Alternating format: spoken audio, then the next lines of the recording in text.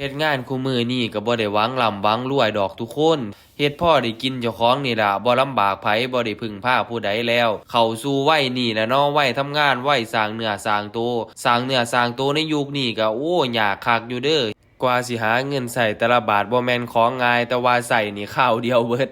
ยุคนี้ก็เป็นยุคโซเชียลนะครับยุคการแข่งขันได้หลายอย่างเลยแหละก็ต้องใช้ความพยายามอดทนหลายอย่างแรงล่ะกว่าสิได้เงินมาแต่ละบาท มีวิธีหาเงินหลายทางหาเงินง่ายแต่ก็มีวิธีเงินออกจากกระเป๋าเฮาง่ายหลายทางเหมือนกันต้องใช้ความอดทนความพยายามนั่นล่ะครับผมหาเงินได้ก็เก็บอดออมเอานั่นล่ะเอาไว้ใช้ยามเฮาจำเป็นอีหลีก็แบ่งออกหลายๆส่วนเอานั่นนะก็เฮาก็จะสิเก็บเบิดแล้วเนาะเอาไว้ใช้ไว้ซื้อกินน้ำหาเงินเอามาใช้น้ำแล้วเนาะอย่าสิเก็บอย่างเดียว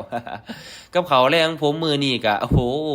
ได้ข้าวปุ้นนี่ล่ะครับผมได้น้ำยากะทิมาทั้งสองคนเลยก่อนสิมาผมก็ได้แวะซื้อทุเรียนนะครับเห็นว่ากิโลละ99บาทก็เลยลองเบิ่งก็ได้หลายอยู่เด้อทุกคนได้เต็มจานเลยหลายๆซ้ำผมซื้อเทื่อละ4-500พุ่นล่ะเบิ่งติล่ะเต็มจานเลยโอ้ยกินสองคนบ่เบิดดอกคือแต่รสชาตินี่จังมาซิมเบิ่งหลังกินข้าวแล้วนะครับเอามาแช่เย็นไว้ซะก่อนสิได้เย็นๆกินแซ่บๆซั่นดอกว่า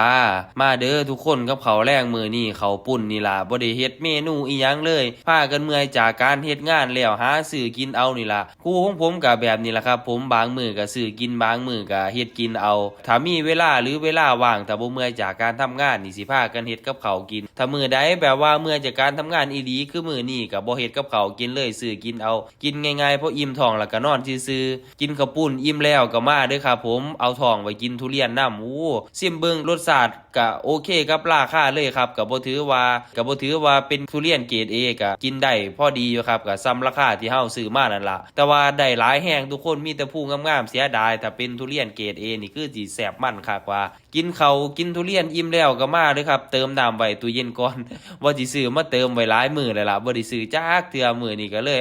ได้แวะซื้อมาโหลดมันสิขาดตู้เย็นมันบ่ดีเติมน้ำแล้วก็คิดจังได๋มื้อนี้ก็